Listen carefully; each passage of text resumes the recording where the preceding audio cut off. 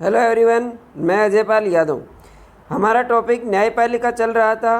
पिछले पार्ट में हमने सर्वोच्च न्यायालय के गठन, न्यायाधीशों की नियुक्ति, उनको पद से हटाना और न्यायाधीशों की योग्यताएं इत्यादि के बारे में जाना। आज का हमारा इम्पोर्टेंट टॉपिक है सर्वोच्च न्यायालय का क्षेत्राधिकार, शक्तियाँ तथा कार्य। प्रारंभिक क्षेत्राधिकार। सर्वोच्च न्यायालय के प्रारंभिक क्षेत्राधिकार को दो वर्गों में रखा जा सकता है। प्रारंभिक एकमेव क्षेत्राधिकार। प्रारंभिक एकमेव क्षेत्राधिकार का आशय क्या होता है? ये प्रारंभिक एकमेव क्षेत्राधिकार का आशय उन विवादों से है जिनकी सुनवाई केवल भारत के सर्वोच्च न्यायालय द्वारा ही की जा सकती है। तो ऐसे विवाद जिनकी सुनवाई भारत के सर्वोच्च न्यायालय द्वारा ही की जा सकती है, प्रारंभिक एकमेव क्षेत्राधिकार कहलाते हैं। सर्वोच्च न्यायालय के प्रारंभिक एकमेव क्षेत्राधिकार में के अंतर्गत निम्न विषय आते हैं। भारत सरकार तथा एक या एक से अधिक राज्यों के बीच विवाद। यदि भारत की सरकार तथा एक या एक से अधिक राज्यों के बीच कोई विवाद है तो उसकी सीधी सुनवाई कहाँ पर होगी? सर्वोच्च न्यायालय में होगी। भारत सरकार संघ का कोई राज्य या एक से अधिक राज्यों के बीच कोई विवाद है या दो से अधिक राज्यों के बीच संवैधानिक विषयों के संबंध में कोई उत्पन्न विवाद है तो इन सभी विवादों की सुनवाई कहाँ पे होगी? सर्वोच्च न्यायालय में की जाएगी।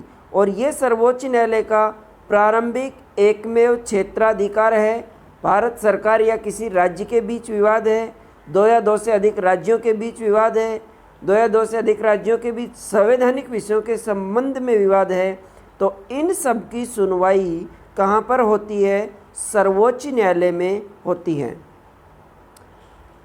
प्रारंभिक समवर्ती क्षेत्राधिकार। अभी हमने पढ़ा प्रारंभिक एकमेव क्षेत्राधिकार, अब प्रारंभिक समवर्ती क्षेत्राधिकार। संविधान ने उच्चतम न्यायालय को नागरिकों के मूल अधिकारों के रक्षक एवं गारंटर के रूप में स्थापित किया है। नागरिकों के मूल अधिकारों का रक्षक और गारंटर कौन है? उच्चतम न्यायालय और उच्च न्यायालय। संविधान द्वारा प्रदत्त मौलिक अधिकारों को लागू करने के संबंध में सर्वोच्च न्यायालय के साथ साथ उच्च न्यायालय को भी अधिकार प्रदान किया गया है। अतः मौलिक अधिकारों के उल्लंघन से संबंधित जो भी विवाद, चाहे तो वह किसी राज्य के उच्च न्यायालय में और चाहे तो सीधे ही सर्वोच्च न्यायालय में उपस्थित किए जा सकते हैं। तो मौलिक अधिकारों से संबंधित कोई विवाद है तो वो कहाँ पे? उच्च न्यायालय में या सर्वोच्च न्यायालय में सुने जाएंगे। क्यों? क्योंकि मौलिक अधिकारों के रक्षक और गारंटर कौन हैं? सर्वोच्च न्यायालय हैं या उच्च न्यायालय है। तो ऐसे विवादों को भी उच्च न्यायालय और सर्वोच्च न्यायालय में सुने जाएंगे। अपीलीय क्षेत्राधिकार, वो प्रारंभिक क्षेत्राधिकार था, अब अपीलीय क्षेत्राधिकार। सर्वोच्च न्यायालय भारत का अंतिम अपीलीय न्यायालय है। इसके ऊपर कोई न्यायालय नहीं है। भारत का अंतिम अपीलीय न्यायालय कौन सा है? सर्वोच्च न्यायालय है, सुप्रीम कोर्ट है, उच्चतम न्यायालय है। इसे समस्त राज्यों के उच्च न्यायालयों के विरुद्ध अपील सुनने का अधिकार है।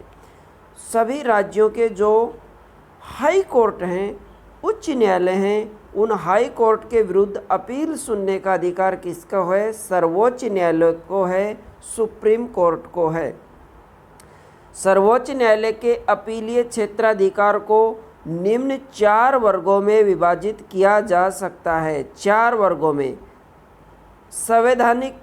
संविधान से संबंधित कोई विवाद, उसकी अपील सर्वोच्च न्यायालय में की जा सकती है। दीवानी, सिविल विवाद, फौजदारी, आपराधिक और विशिष्ट, इन सभी विवादों की अपील उच्च न्यायालय के निर्णय के विरुद्ध कहाँ पे की जा सकती है? सर्वोच्च न्यायालय में की जा सकती है। तो 4 प्रकार के अपीलीय क्षेत्राधिकार हैं: संवैधानिक, दीवानी, फौजदारी व विशिष्ट। संवैधानिक, देखिए संवैधानिक क्या होते हैं?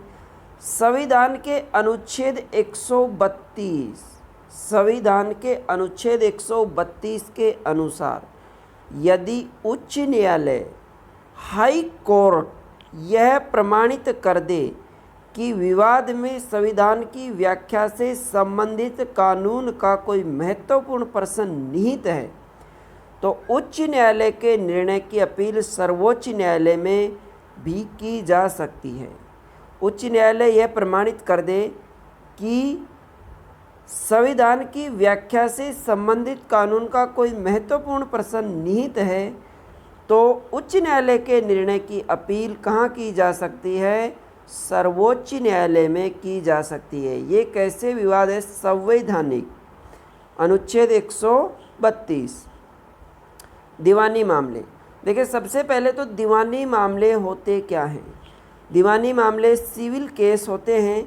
दीवानी मामले जैसे संपत्ति से संबंधित है, उत्तराधिकारी से संबंधित है, उत्तराधिकारी से संबंधित है, संपत्ति से संबंधित है, विवाह से संबंधित है, तलाक से संबंधित है, इस प्रकार के सारे मामले कैसे कहलाते हैं?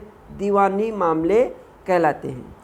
इस संबंध में मूल संविधान के अंतर्गत यह व्यवस्था थी कि उच्च न्यायालय से सर्वोच्च न्यायालय में केवल ऐसे ही दीवानी विवादों की अपील की जा सकती है जिसमें विवादग्रस्त राशि 20,000 से अधिक है। ये व्यवस्था थी किसमें? मूल संविधान में।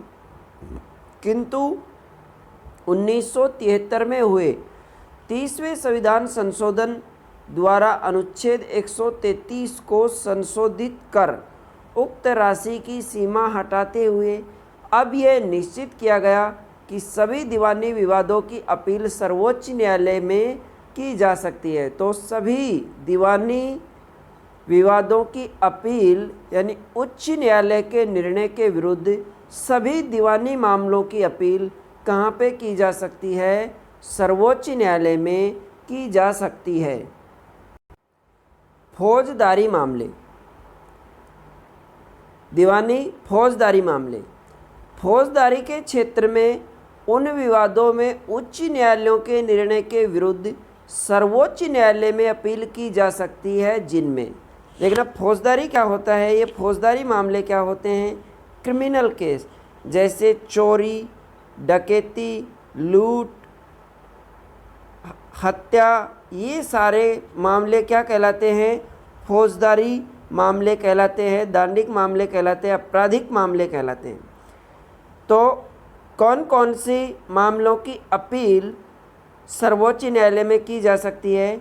उच्च न्यायालय ने नीचे के न्यायालय, नीचे के मतलब उच्च न्यायालय के अधीनस्थ न्यायालय के ऐसे निर्णय को रद्द करके अभियुक्त को मृत्युदंड दे दिया हो जिसमें नीचे के न्यायालय ने अभियुक्त को अपराध मुक्त कर दिया था।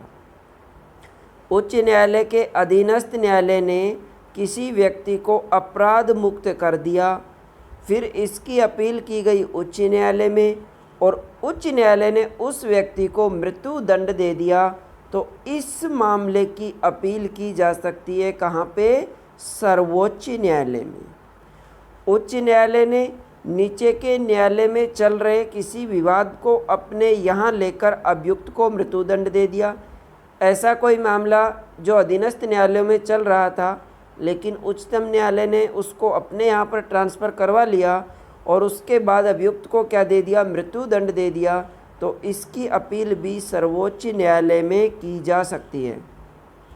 उच्च न्यायालय यह प्रमाणित कर दे कि मामला सर्वोच्च न्यायालय में अपील योग्य है तो भी उसकी अपील सर्वोच्च न्यायालय में की जा सकती है। तो मुख्य रूप से दो तरह के विवाद, एक तो अधीनस्थ न्यायालय के फैसले को पूर्ण रूप से बदल दिया कि अधीनस्थ न्यायालय ने अपराध मुक्त कर दिया था अभियुक्त को, लेकिन हाई कोर्ट ने उसी मामले में व्यक्ति को मृत्युदंड दे दिया, तो इसकी अपील सर्वोच्च न्यायालय में की जा सकती है। दूसरी कंडीशन कि उच्च न्यायालय ने नीचे के न्यायालय में चल रहे किसी विवाद को अपने यहाँ लेकर अभियुक्त को क्या दे दिया, मृत्यु दंड दे दिया। तो दोनों ही मामलों में इस तरह की अपील कहाँ की जा सकती है, सर्वोच्च न्यायालय में की जा सकती है। और तीसरा, उच्च न्यायालय यह प्रमाणित कर दे कि मामला सर्वोच्च न्यायालय में अपील के योग्य है, तो उसकी अपील भी सर्वोच्च न्यायालय में की जा सकती है। विशिष्ट मामले, कुछ ऐसे मामले हो सकते हैं जो उपर्युक्त श्रेणी में नहीं आते, न तो वो संवैधानिक हैं, न दीवानी हैं, न फौजदारी हैं, लेकिन इन में सर्वोच्च न्यायालय का हस्तक्षेप आवश्यक हो सकता है। अतः अनुच्छेद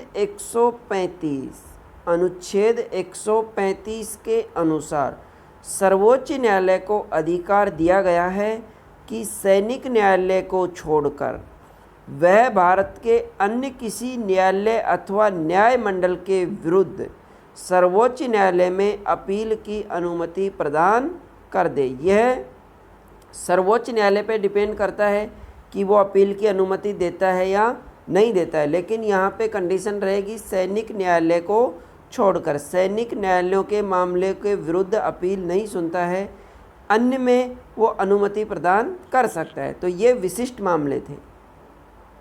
अपील के लिए विशेष आज्ञा देने का अधिकार, ये भी सर्वोच्च न्यायालय का क्षेत्राधिकार है। संविधान के अनुच्छेद 136 के अनुसार सर्वोच्च न्यायालय को स्वयं में यह अधिकार प्राप्त है कि वह सैनिक न्यायालय को छोड़कर भारत राज्य क्षेत्र के किसी भी न्यायालय या न्यायाधिकरण के निर्णय के विरुद्ध अपने यहाँ अपील की अनुमति दे सकता है। उसकी इस शक्ति पर कोई संवैधानिक प्रतिबंध नहीं है। क्या सैनिक न्यायालय को छोड़कर भारत राज्य क्षेत्र के किसी भी न्यायालय में या किसी न्यायाधिकरण में के निर्णय के विरुद्ध अपने यहाँ पर अपील की अनुमति दे सकता है। अनुच्छेद 136 में परामर्श संबंधी क्षेत्राधिकार, सर्वोच्च न्यायालय ने परामर्श संबंधी क्षेत्राधिकार भी प्रदान किया गया है। सर्वोच्च न्यायालय को संविधान के द्वारा परामर्श संबंधी क्षेत्राधिकार भी प्रदान किया गया है। अनुच्छेद 143, याद रखना, अनुच्छेद 143 के अनुसार यदि किसी समय राष्ट्रपति को प्रतीत हो कि विधि या तथ्य का कोई ऐसा प्रश्न पैदा हुआ है जो सार्वजनिक महत्व का है, तो वह उस प्रश्न पर सर्वोच्च न्यायालय का परामर्श मांग सकता है। राष्ट्रपति अनुच्छेद 143 के तहत सर्वोच्च न्यायालय से परामर्श मांग सकता है। न्यायालय के परामर्श को स्वीकार या अस्वीकार करना राष्ट्रपति के विवेक पर निर्भर है। न्यायालय से जब परामर्श मांगा जाएगा तो न्यायालय परामर्श देगा, लेकिन उस परामर्श को राष्ट्रपति स्वीकार भी कर सकता है, अस्वीकार भी कर सकता है। ये किस पर निर्भर करता है? राष्ट्रपति के विवेक पर निर्भर करता है। तो संबंधित क्षेत्राधिकार है अभिलेख न्यायालय। अनुच्छेद 129 सर्वोच्च न्यायालय को अभिलेख न्यायालय का स्थान प्रदान करता है। अभिलेख न्यायालय, अनुच्छेद 129 सर्वोच्च न्यायालय को अभिलेख न्यायालय का स्थान प्रदान करता है। इम्पोर्टेंट है कि अनुच्छेद 129 सर्वोच्च न्यायालय को अभिलेख न्यायालय का स्थान प्रदान करता है। अभिलेख न्यायालय के दो आशय हैं। प्रथम, इस न्यायालय के निर्णय सब जगह साक्ष्य के रूप में स्वीकार किए जाएंगे। अभिलेख का मतलब इसके निर्णय सब जगह साक्ष्य मतलब नज़ीर, साक्ष्य, नज़ीर, रेफरेंस, रिकॉर्ड के रूप में स्वीकार किए जाएंगे और इन्हें किसी भी न्यायालय में प्रस्तुत किए जाने पर उनकी प्रामाणिकता के विषय में प्रश्न नहीं उठाया जाएगा। अभिलेख का मतलब कि सर्वोच्च न्यायालय ने किसी केस में कोई निर्णय दे दिया तो उस निर्णय को सभी जगह भारत के सभी न्यायालयों में साक्ष्य के रूप में, एविडेंस के रूप में स्वीकार किए जाएंगे और इसकी प्रामाणिकता के विषय में कोई प्रश्न नहीं उठाया जाएगा। ये क्या है? अभिलेख न्यायालय। द्वितीय, इसके पास न्यायालय की अवमानना, अवमानना मतलब न्यायालय के निर्णय की आलोचना करना, न्यायालय की अवमानना पर दंडित करने का अधिकार है। किसको? सर्वोच्च न्यायालय को। इसमें 6 वर्ष के लिए सामान्य जेल या 2000 तक अर्थदंड या दोनों शामिल है। यदि कोई न्यायालय के निर्णय की अवमानना करता है तो उसको 6 वर्ष तक की जेल और 2000 रुपये का अर्थदंड या दोनों दिए जा सकते हैं। न्यायालय की अवमानना सिविल मतलब दीवानी और आपराधिक मतलब फौजदारी दोनों प्रकार की हो सकती है। मौलिक अधिकारों का रक्षक, भारत का सर्वोच्च न्यायालय मौलिक अधिकारों का रक्षक है। न्यायालय मौलिक अधिकारों को लागू करने के लिए 5 प्रकार के लेख मतलब रिट जारी कर सकता है। और वो किस अनुच्छेद के तहत? अनुच्छेद 32 बाबा साहब भीमराव अंबेडकर ने इस अनुच्छेद 32 को भारतीय संविधान की आत्मा कहा था। और इस अनुच्छेद के तहत ही उच्च न्यायालय और सर्वोच्च न्यायालय 5 प्रकार की रिट जारी करते हैं। सर्वोच्च न्यायालय अनुच्छेद 32 के तहत और उच्च न्यायालय अनुच्छेद 226 के तहत 5 प्रकार की रिट जारी कर सकती है। वो कौन कौन सी है? बंदी प्रत्यक्षीकरण, परमादेश, प्रतिषेध, अधिकार प्रक्षा और उत्प्रेक्षण।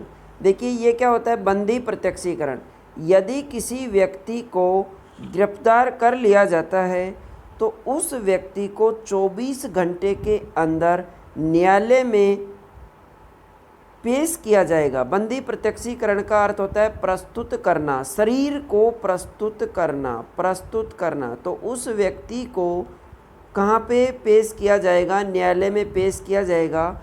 उसकी गिरफ्तारी का कारण बताना होगा और यदि उसे असंवैधानिक तरीके से गिरफ्तार किया है तो उसको स्वतंत्र किया जाएगा। तो ये बंदी प्रत्यक्षीकरण रिट जारी की जा सकती है सर्वोच्च न्यायालय और उच्च न्यायालय के द्वारा। दूसरी है परमादेश। परमादेश का अर्थ होता है आदेश देना। यदि कोई सार्वजनिक अधिकारी अपने कर्तव्य का पालन करने में विफल होता है या कर्तव्य का पालन करने से इनकार कर देता है, मतलब कार्य करने से इनकार कर देता है, तो सर्वोच्च न्यायालय और उच्च न्यायालय उसको कार्य करने के लिए, कर्तव्य का पालन करने के लिए आदेश देते हैं। आदेश देना, परमादेश का अर्थ होता है आदेश देना। प्रतिषेध ये उच्च न्यायालय और सर्वोच्च न्यायालयों के द्वारा अपने अधीनस्थ न्यायालयों को संबंध में जारी की जाती हैं। और प्रतिषेध का अर्थ होता है मना करना, रोकना। अर्थात इस प्रकार की रिट तब जारी की जाती है जब ऐसे मामले जो अधीनस्थ न्यायालयों के अधिकार क्षेत्र में नहीं है, तो उनको रोकने के लिए सर्वोच्च न्यायालय और उच्च न्यायालय के द्वारा ये प्रतिषेध नाम की रिट जारी की जाती है। अधिकार प्रक्षा कोई ऐसा सार्वजनिक अधिकारी जिसने किसी ऐसे पद को धारण कर लिया है जो उस पद को धारण करने योग्य नहीं है, तो उस अधिकारी से कोई भी व्यक्ति पूछ सकता है, सर्वोच्च न्यायालय के माध्यम से या उच्च न्यायालय के माध्यम से अधिकार प्रक्षा नामक रिट जारी करवा सकता है और उस व्यक्ति से पूछ सकता है कि आपने किस अधिकार के तहत यह पद धारण किया है। उत्प्रेक्षण ये रिट क्या होती है कि जैसे कोई मामला उच्च न्यायालय में या अधीनस्थ न्यायालय में लंबित है, तो उच्च न्यायालय या सर्वोच्च न्यायालय उस मामले को अपने यहाँ स्थानांतरित करवाने के लिए उत्प्रेक्षण नामक रिट जारी करते हैं। तो ये 5 तरह की रिट जारी करने के अधिकार हैं किसको? अनुच्छेद 32 के तहत सर्वोच्च न्यायालय को और अनुच्छेद 226 के तहत किसको है? उच्च न्यायालय को। ये मौलिक अधिकारों का रक्षक है। संवैधानिक व्याख्या, अर्थ विवेचन। देखिए सर्वोच्च न्यायालय संविधान का अंतिम व्याख्याकर्ता और अर्थ विवेचन करता है। जब यह संविधान में निहित प्रावधानों तथा उसमें उपयोग की गई शब्दावली की भावना एवं निहितार्थ के विषय में अंतिम पाठ कथन प्रस्तुत कर सकता है। अर्थात कुछ ऐसे शब्द जिनका भाव या उसके निहितार्थ क्या है उस विषय में अंतिम संविधान की व्याख्या करने का, उसका अर्थ विवेचन करने का अंतिम व्याख्याकर्ता कौन है? सर्वोच्च न्यायालय है। तो ये भी अधिकार किसको है? संविधान की व्याख्या करने का सर्वोच्च न्यायालय को। संविधान का संरक्षण और न्यायिक पुनर्विलोकन की शक्ति। संविधान के द्वारा सर्वोच्च न्यायालय को संविधान के संरक्षण का कार्य भी प्रदान किया गया है। संविधान की व्याख्या करने का अंतिम अधिकार भी किसको है? सर्वोच्च न्यायालय को। और संविधान का संरक्षण करने की, संविधान की रक्षा करने का कार्य भी किसका है? सर्वोच्च न्यायालय का। जिसका अर्थ है कि सर्वोच्च न्यायालय को कानूनों की वैधता की जांच करने की शक्ति प्राप्त है।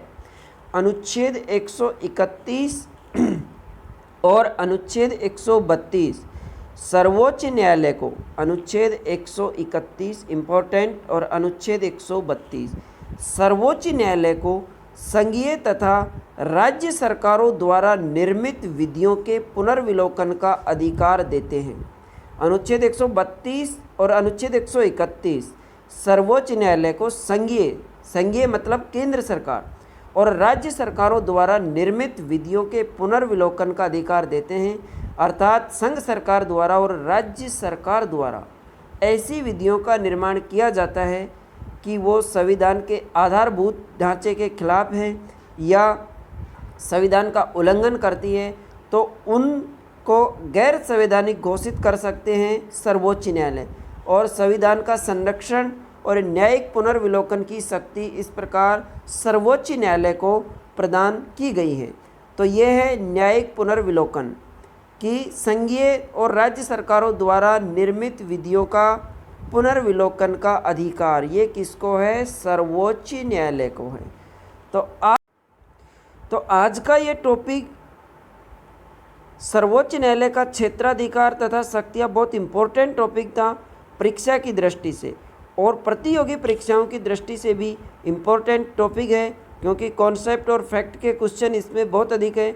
तो आप अच्छे से वीडियो को देख के उन क्वेश्चनों को हल कीजिए। और जो हम अध्याय 6 केंद्र सरकार पढ़ रहे थे उसका ये 11वां पार्ट था, 11वां वीडियो था। आप सभी वीडियो को क्रम से देखिए। यदि आपने कहीं बीच में वीडियो मिस कर दिए हैं तो क्रम से वीडियो देखिए और उसके बाद आपका पूरा कॉन्सेप्ट क्लियर हो जाएगा, ऐसी हम अपेक्षा करते हैं।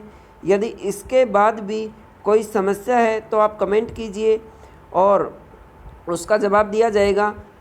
अदरवाइज़ बहुत अच्छे से समझाया गया है और आपका पूरा कॉन्सेप्ट क्लियर हो जाएगा यदि आपने अच्छे से वीडियो को देखा।